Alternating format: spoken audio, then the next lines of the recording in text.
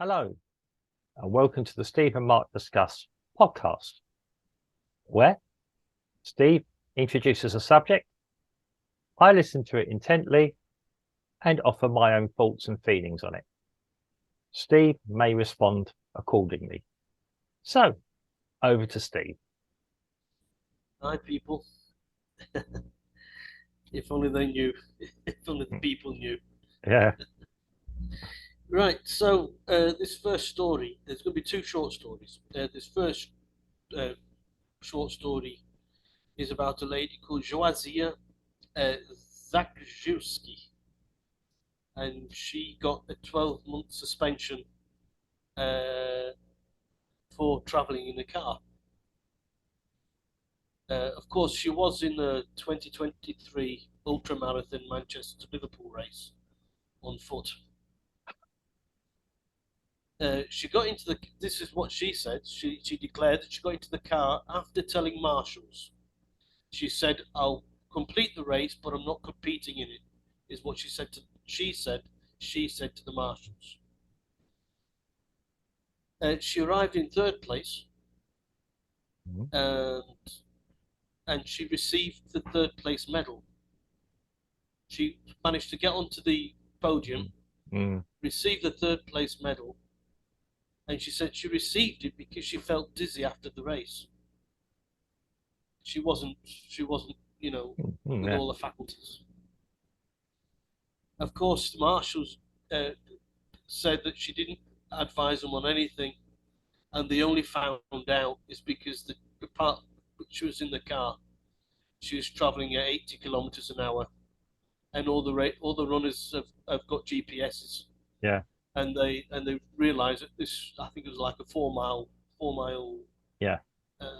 Part.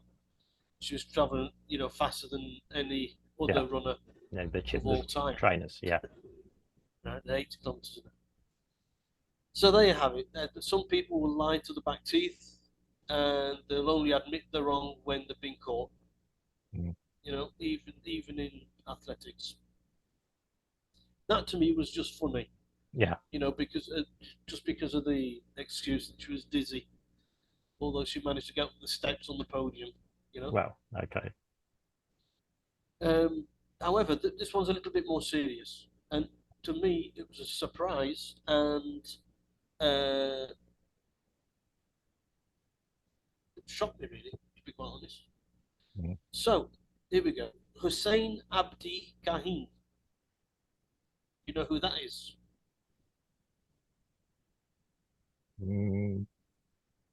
Can't think of him at the moment. Oh, right, okay. It doesn't surprise me.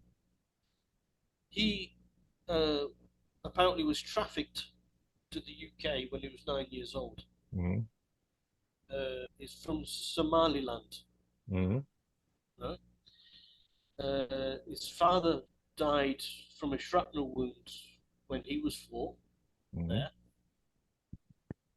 His mother sent him off to I think it was to his aunt. Yeah. In a safer part of the country in Somaliland where it wasn't under any type of war.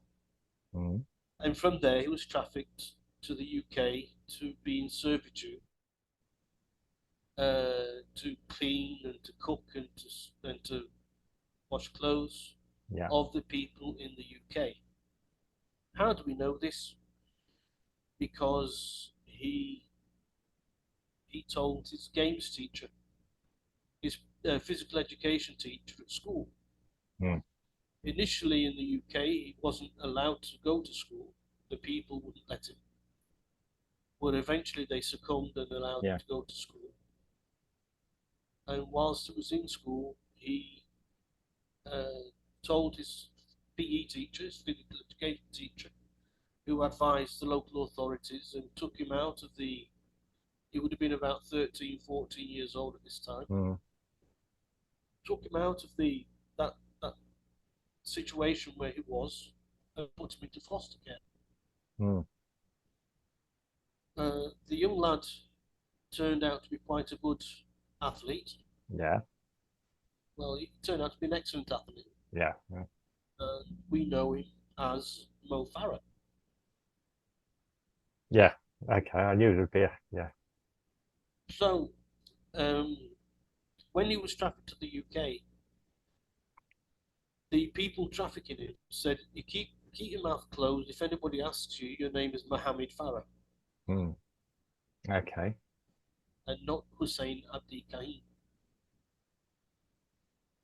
Uh, his he knew that his mother was alive Mm. incredibly by chance because there was a woman in the UK who knew his mother Mm.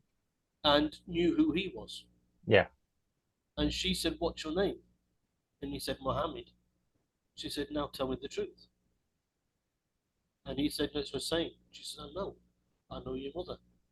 Mm. And so he's now got contact with his mother again and his brothers. Mm. And I just found it. He is was lucky uh, because his stroke of luck is when the people allowed him to go to school. Yeah. And he was able to. I would have joking about it. I would Mm. have thought that if he was that good an athlete, if he was that good a runner, I would have opened the door and sprinted, sprinted away. Well, But yeah. Okay. we don't know. You know, uh, we don't know what his life was like there, and No. so you can't. But there are many other, there are many other children Mm. who aren't really good runners Yeah. and who have arrived at the same fate Mm. and haven't been allowed to go to school. Mm. I imagine. I Yeah. don't think he was the only one No. out of Somaliland that passed by this route. Yeah. It said that Scotland Yard was investigating this couple that had him there Mm. in servitude. Well, I haven't found any more information about how that investigation ended up. It wasn't yesterday when all this came out. No. No. It's quite some time ago. But it's just recently that I've known about it. That's all, Mm. and it just grabbed my attention. And Yeah. the story is fascinating. Yeah. Once if you dive into the story, it's very fascinating. Mm. I mean, we're only doing short podcasts here about it, Yeah. but Obviously. the more you dive into it, the more interesting it gets. But there you have it. You've got the lady who's traveling in a car at 80 kilometers an hour, Mm. and you've got Mo Farah who says he was trafficked to the UK as a 9-year-old. Okay. He said Mo Farah says that even now it's difficult for him to come to terms with. Even Well, yeah. Would be. I mean. Sermo, isn't he? He's a Sir, I think. Right. Mm. Well, yeah. I mean, it's traumatic. I mean, I believe he's got married and got a family and everything Yep. else, and I respect him very much as an athlete. And I've seen him on TV. And he seems a nice guy. Yep. Um, Achieved a lot, represented the UK well. As far as I know, he's not done anything to say anything bad about the UK. Well, I know he hasn't. Yeah. So yeah, I mean it's interesting. I mean, yeah, I've had relatives come from Brazil, going have managed to go into a school there, not as asylum seekers or anything else, quite legitimately moved to the Brazil for various different reasons, from Brazil to the UK for various different reasons. Yeah, and kid gone to school. Um, yeah, I mean it was difficult, let's just say, to get in the circumstances to get into a school. It's difficult enough for British people when you're on a queue. Yeah, I mean, there's always a worry, obviously. Um, so yeah, I mean, the guy is fortunate. He's had opportunities given to him and he's used them. Full respect. He's not done anything underhanded. He's told his story. He highlighted a problem. It would have been investigated. Like I say, I don't know. I mean, you have to remember, we sometimes moan about police not saying anything and all that. If it's an active investigation, they have to be careful about prejudicing the cases. If it goes to trial, getting a jury together and everything else. So we give the police a hard time, or we give other people a hard time. There are reasons under British law, things are given, are kept quiet for good reason. And you talk to, whenever you see podcasts by the black belt barrister and people like that, it normally gives him, an explanation of why. Well, I don't know how old Mo Farah is. He's just retired, I believe. He's in his 30s, isn't he? I think. I don't think he's not what we would consider old, but he's old. He's old, right. Too old to be. Yeah. So there we have it. We have him at 14 years of age, approximately, coming out to his physical education teacher. Yeah. Imagine 14, 15, 16 years of age being taken from this couple. Yeah. Be put into. So we're talking about 10, 15 years ago. Yeah. I mean, I don't think it's difficult for me to think that Scotland Yard is saying it's an active investigation. Well, after 15 years. I don't know. I don't know what's happened in the background. Maybe he. No, me neither. That's what I say. The story certainly isn't new. No. It's now that I've got to hear about it. Yeah. And we don't know if these people are sort of sultans from some. Yeah. Okay. Yeah.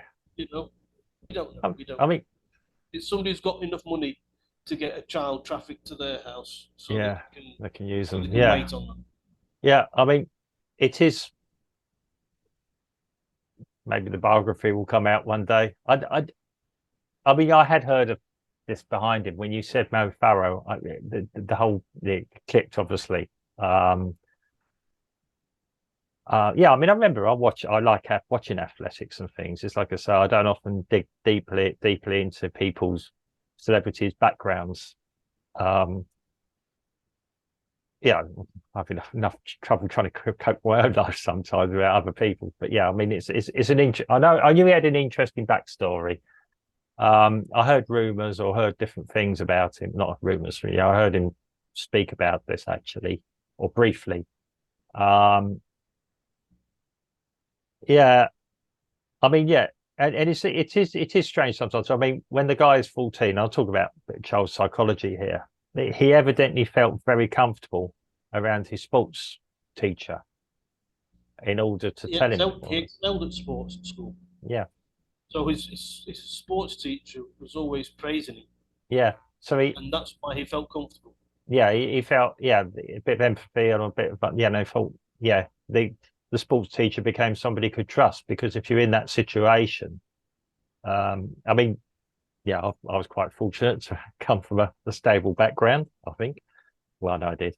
Yeah. That, it's difficult to relate to, but certainly here I've had, I mean, even when you teach kids here, sometimes they tell you things, sometimes in confidence, if they trust you. Yeah. And there is a responsibility for a teacher. And in my situation, obviously, I'm not psychologically trained, but I've been a child and I've been around kids that did have problems, younger people when I was growing up. When you think about it, they had issues that we didn't know about. Yeah. Well, they're our friends, but they had strange, occasionally they'd mention something, but you didn't think anything of it. And thinking back, they had issues. But he managed to, he probably considered everything around him. He managed to, use his strengths to get somewhere. He's probably quite comfortable now. Yeah, with things. I think he's still a celebrity. I think he's still appearing on things. I don't believe he's planning to go into the jungle anytime soon. In Somalia, it's more outback. It's more outback. I mean, I've always liked the guy. Whenever I see him on telly and he's talking, he's made me laugh, and he's all this above him and everything else was really, really good. He was a showman. Yep. And thinking about it, that might have been able to cover something up, that he achieved something because of something in his life that wasn't so good.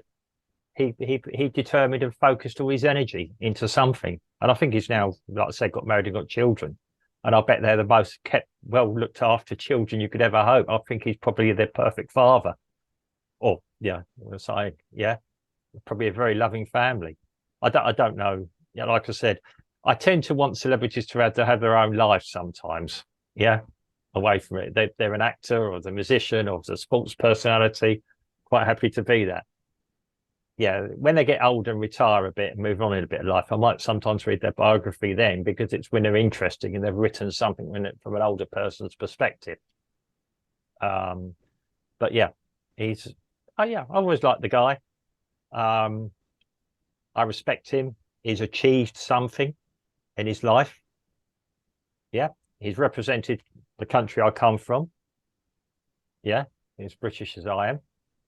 Yeah, so that's all I'll say about that. Yeah, I mean, why we haven't heard any more from this story? You don't know. It might be he said, "I don't want any more of this," or maybe there's a bigger widespread digging going on in the background. Who knows?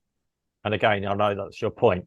What may have been covered up, or what hasn't happened, or maybe the couple have absconded. I don't know.